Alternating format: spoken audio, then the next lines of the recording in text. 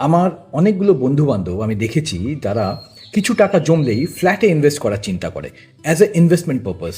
এবার আপনি যদি হিসেব করেন, ব্যাঙ্গালোর গুড়গাঁওতে স্পেশালি আপনি দেখবেন একটা 1.5 থেকে 2 কোটি টাকার ফ্ল্যাটের রেন্ট হচ্ছে মাত্র 50-60 হাজার টাকা, যেটা রেট অফ ইন্টারেস্ট হিসেবে আপনি যদি ক্যালকুলেট করেন তবে এটা 4 থেকে 5% রিটার্ন অনলি।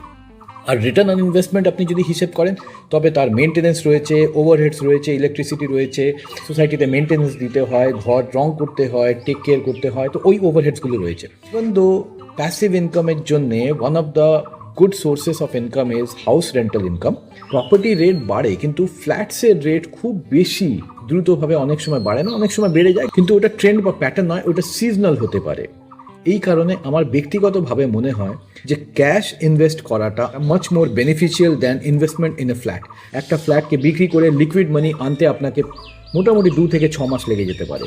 আপনি যদি কোনো একটা জায়গায় স্থানীয় বাসিন্দা নয় আর আপনার যদি ট্রান্সফারেবল জব থাকে বা আপনি কোনো অন্য জায়গায় আপনি চাকরি করছেন যেখানে আপনার যতদিন চাকরি আছে ততদিন থাকবেন, তার বেশি আপনার থাকার কোনো প্ল্যান নেই, বা আপনাকে হয়তো ফেরত চলে আসতে হতে পারে, সেই ধরনের জায়গায় ইনভেস্টমেন্ট হিসেবে ফ্ল্যাটকে কেনা is not that beneficial idea.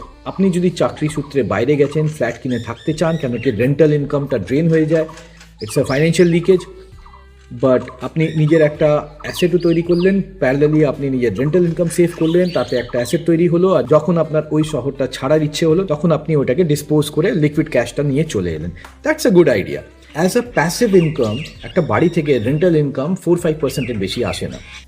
কলকাতায় আমি দেখেছি যে 30 লাখ টাকার বাড়িতে 10-12 হাজার টাকা রেন্টাল পজিশন হিসেবে, which is good enough. Passive income liquid cash থেকে কত পাচ্ছেন বা ফ্ল্যাট থেকে রেন্টাল ইনকাম কত পাচ্ছেন, এটাকে ক্যালকুলেট করে তারপরেই আপনি কোনো জায়গায় ইনভেস্ট করবেন, না হলে লিকুইড ক্যাশকে ডিস্টার্ব করা ঠিক নয়।